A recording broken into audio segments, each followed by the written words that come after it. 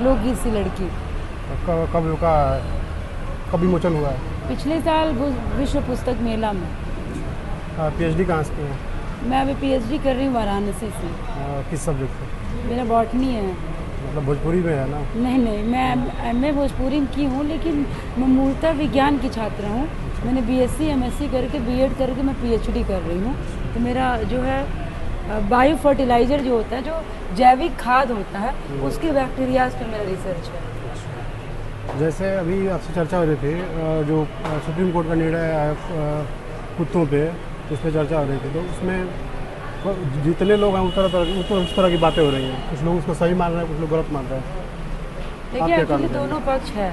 जैसे कि अगर हम प्राकृतिक रूप से देखें तो हम जहाँ हैं वो हम कहीं ना कहीं जानवरों की जगह लेके हैं। हमने जंगल काटे, खेत काटे, तो कहीं ना कहीं किसी के होने की कीमत किसी का ना होना है। तो ये जो हम जिस जगह पे रह रहे हैं उस पर जानवरों का भी पूरा हक है प्राकृतिक रूप से। लेकिन जब हम एक मानव निर्मित वातावरण में हैं तो वहाँ मनुष्य अपने लाभ को देखता है। उस लाभ को देखते हुए कुछ ऐसी जगहें आई जहाँ पर डॉग बाइट के केसेस ज़्यादा मिले हैं।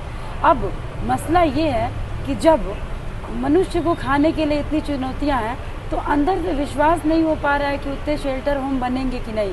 हम लोग को अंदर से डर लग रहा है कहीं ऐसा नहीं ना है कि उन कुत्तों को एक्सपोर्ट कर दिया जाएगा मीट में, तो इसलिए डर लग रहा है। लेकिन जब इतना अधिक डॉग बाइट के केसेज आ रहे हैं तो एक तरफ लग भी रहा है कि कुछ तो प्रबंधन करना चाहिए। मेरे हिसाब से सुप्रीम कोर्ट के निर्णय की स्थिति से पहले एक स्थिति होनी चाहिए जब किसी भी जगह के वे कुत्ते जो थोड़े से हिंसक हैं उनकी पहचान करके उन्हें अलग से इलाज किया जाए, जो कि तभी संभव है जब जो म्यूनिसिपैलिटी है, जो हमारे नगर निगम है, जो हमारा पशु विभाग है, वो सक्रियता दिखाए, जो कि मुश्किल जान पड़ता है। कहना तो आसान है लेकिन धरातल पर उतरना कठिन है।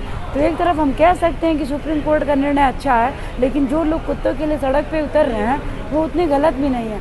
दोनों पक्ष के कुछ तर्क हैं जिनको लेके मैं दुविधा में हूँ। एक तरफ मैंने रेबीज के लोगों को तड़प तड़प के मरते देखा है, तो ऐसे में मुझे लग रहा है कि कोई ऐसी व्यवस्था होनी चाहिए जहां हिंसक कुत्तों को नॉर्मली सामान्य व्यवहार के कुत्तों से अलग किया जाए। उसके लिए आइडेंटिफाई करना, प्रशासन की व्यवस्था, प्रबंधन की व्यवस्था और जनता की व्यवस्था, तीनों का सम्मिलन आवश्यक है। आपको लग रहा है कि प्रबंधन है अपने यहाँ? मुझे तो लग रहा है नहीं है। एक्चुअली में करप्शन इतने जड़ तक है ना कि मैं कह नहीं सकती कि लोग इतने सक्रिय हैं। अरे आदमी गिर जा रहा है, लोग वीडियो बनाने लग रहे हैं, कुत्ते को कौन आइडेंटिफाई करेगा? तो मैं किसी निष्कर्ष पे नहीं पहुंच पा रही हूं और ना मैं किसी विरोध समर्थन की स्थिति में हूं। अभी भी मैं इसके बीच के रास्ता निकालने की स्थिति में हूँ। जैसे हम लोग ग्रामीण क्षेत्र से आते हैं, इस समय स्थिति गाँव की यह है कि एक मोहल्ले से दूसरे मोहल्ले में अगर रात को 8 बजे 9 बजे आदमी जा रहा है तो एक मोहल्ले से दूसरे मोहल्ले में जाना मुश्किल हो गया है। दूर की बात है कि मतलब हम शहरों की बात तो अलग है, ग्रामीण क्षेत्रों में एक मोहल्ले से दूसरे मोहल्ले में जाना या कोई व्यक्ति दूसरे गांव का आ रहा है तो कुत्ते दौड़ाना शुरू कर दे रहा है। यह स्थिति बड़ी भयावह दिख रही है इस समय। तो शेल्टर होम अगर मतलब शेल्टर होम ले जाया जा रहा है तो उस स्तर के शेल्टर होम बनाए जाएं और जनता को बताया जाए कि हाँ हमने शेल्टर होम बनवाया है, तब हमें डर नहीं रहेगा। हमें जो लोग आंदोलन कर रहे हैं उन्हीं को मान लीजिए मैं हमें कह रही हूँ, लेकिन वो शेल्टर होम इंश्योर तो हो। कहाँ कितने शेल्टर होम दिख रहे हैं? अभी ईरान के एक वीडियो वायरल हो रही, कुत्तों को बाहर किया गया, थोड़ी करुणा के नाते प्रश्न उठता है, लेकिन अब लोग इसको गाय से कंपेयर कर रहे हैं। गाय पे भी सवाल है कि जिस तरह से गाय एक्सपोर्ट हो रहे हैं, क्या गोरक्षा हो पा रही है? तो ये बहुत दुविधा का प्रश्न है। मैं बहुत इस प्रश्न से परेशान हूँ, मैं अंदर से परेशान हूँ।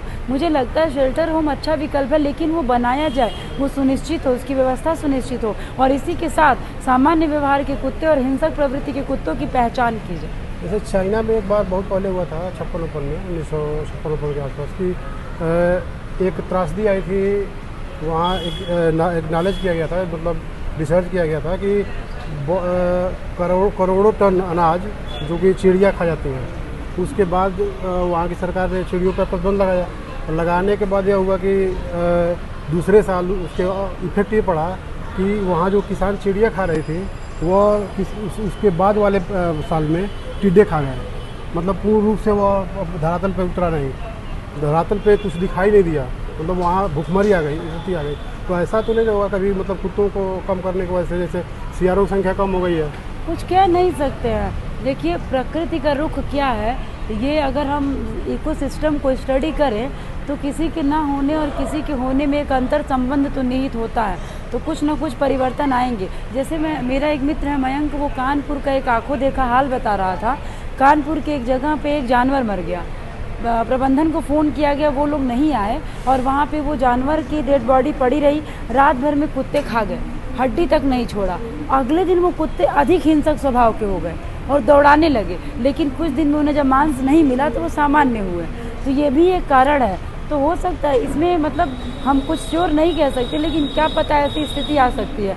लेकिन चूँकि वो एक ऐसे जानवर हैं जिनका बड़ा इको स्पेस है, तो उनको इतनी इजीली उनको हटाना एक साधारण विकल्प नहीं है, बड़ी बात है। रही बात चाइना, तो चाइना और भारत के परिवेश में अंतर है। चीन एक अमानवीय देश है। चीन ऐसा देश है जो कोरोना में इतने सारे लोगों को गायब करा दिया, उसे इस बात से फ़र्क ही नहीं पड़ता।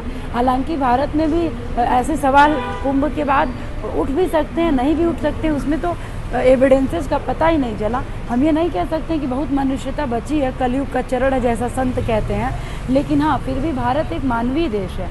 बाकी देशों की अपेक्षा यहाँ पर मानवता की अधिक उम्मीद है, तो कुछ कह नहीं सकते, लेकिन हाँ हो सकता है कि सियारों की संख्या में इजाफा हो। एक प्रचलन था गांव में, वही सोच चल रहा था कि मतलब बात हो रही थी गांव में, तो लोग कह रहे थे जब से सियारों की संख्या कम हुई है तब से कुत्तों की संख्या बढ़ी है। दूसरी बात की जैसे कुत्तों की संख्या तो ऐसे दिन पर दिन कुत्तों और बढ़ रही है। बंदरों का भी अंदर संबंध है। हाँ, तो बंदर वो कैसे? हमको तो लगता है कि कहीं ऐसा ना हो कि कुत्ते ना हो तो बंदर बहुत ज़्यादा बढ़ जाए। नहीं तो ग्रामीण लोग बंदर से भी परेशान है इस समय। हाँ, तो अभी भी फिर भी कुत्ते और बंदर एक दूसरे के अपोजिट हैं, दौड़ा लेते हैं। हाँ। मुझे ऐसा लग रहा है हमारे गोरखपुर में ढड्ढा बंदर का आतंक हो जाएगा अगर गोरखपुर में इम्प्लीमेंटेशन है, क्योंकि हमारे पास जंगल है। हर जगह क्या बढ़ेगा क्या घटेगा, सियारों का हमेशा मसला खेतों का रहा है। तो जहाँ खेत है तो शहरों में सियारों से बहुत लेना देना नहीं रहेगा, लेकिन अगर गाँवों से भगाया जाएंगे तो शहरों में जाएंगे। देखिए तो कुछ भी हो सकता सियार है। जो है पहले दिखाई नहीं देते थे, अब जो है गाँव में घूम रहे हैं। हाँ, लेकिन ये चेंज आने में 10-12 साल लगेगा, तब तक लोग मज़े में रहेंगे, फिर रास्ता निकालेंगे। लेकिन मेरा मानना है ना कि इसका सबसे अच्छा रास्ता प्रबंधन है। बाकी अब ये बहुत जटिल प्रश्न है, इसका उत्तर देना बहुत आसान नहीं है। मैं ये भी कह सकती थी कुत्तों को हटाना सही है, और मैं ये भी कह सकती थी नहीं सही है, लेकिन बात ये है कि दोनों के कुछ अपने अपने तर्क हैं। जैसे हम लोग आबादी को जैसे पेड़ पौधे काट रहे हैं, उसका भी तो प्रभाव हो सकता है। क्यों नहीं हो रहा है? ग्रीन हाउस इफेक्ट क्या है? 10 लाख पेड़ अगर सड़क बनाने के लिए कटे हैं, तो क्या आपने ऐसी गर्मी देखी थी, ऐसा रेन पैटर्न देखा था? अभी आने वाली टाइम में आप सर्दी देखिए। पेड़ कटेंगे तो बारिश शिफ्ट होगी, बारिश शिफ्ट होगी तो मानसून शिफ्ट होगा, मानसून शिफ्ट होगा तो खेती प्रभावित होगी, खेती प्रभावित होगी तो अन्नकोश प्रभावित होंगे, जीवन प्रभावित होगा।